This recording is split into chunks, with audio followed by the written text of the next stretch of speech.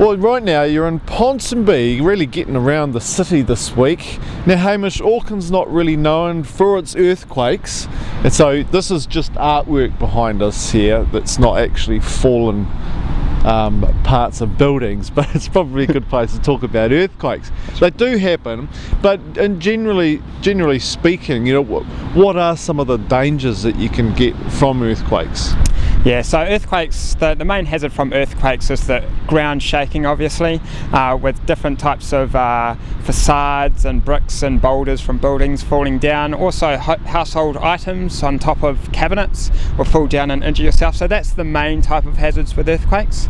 But you also get other hazards like liquefaction, landslides, tsunami, even fire. You can have a large urban fire out of control during a large earthquake if it ruptures gas mains and that sort of thing.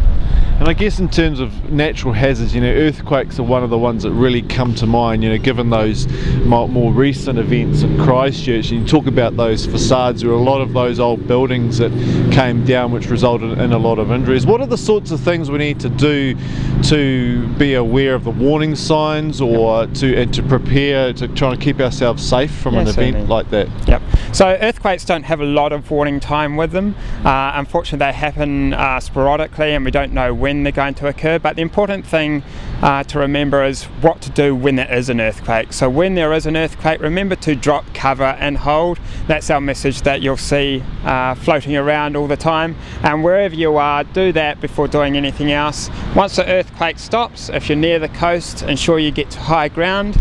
And if you're inside a building, then walk out of that building. But don't try running out of a building while there's an earthquake on, because you're more likely going to injure yourself doing that. And Stan's been practicing his drop, cover, hold, which is good, and it's something you guys can practice too at any time. It's a good thing to know how to do instantly. In terms of earthquake activity, and I said that, you know, it's not really known for its earthquake activity here in Auckland, but there has been, you know, fairly sizable earthquakes. Yeah, definitely. So the earthquake risk in New Zealand is predominantly in the South Island and Wellington. When you get up here in the North Island, because we move away from the edge of the tectonic plate, the seismicity is obviously a lot lower. But we have had earthquakes in the past.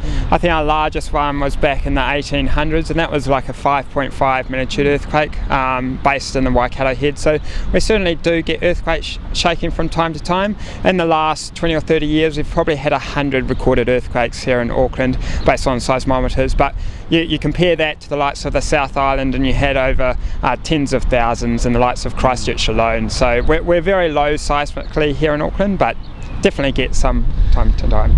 Yeah, and there's nothing wrong with being prepared, because you may be somewhere where there is a high level of seismic activity, generally speaking.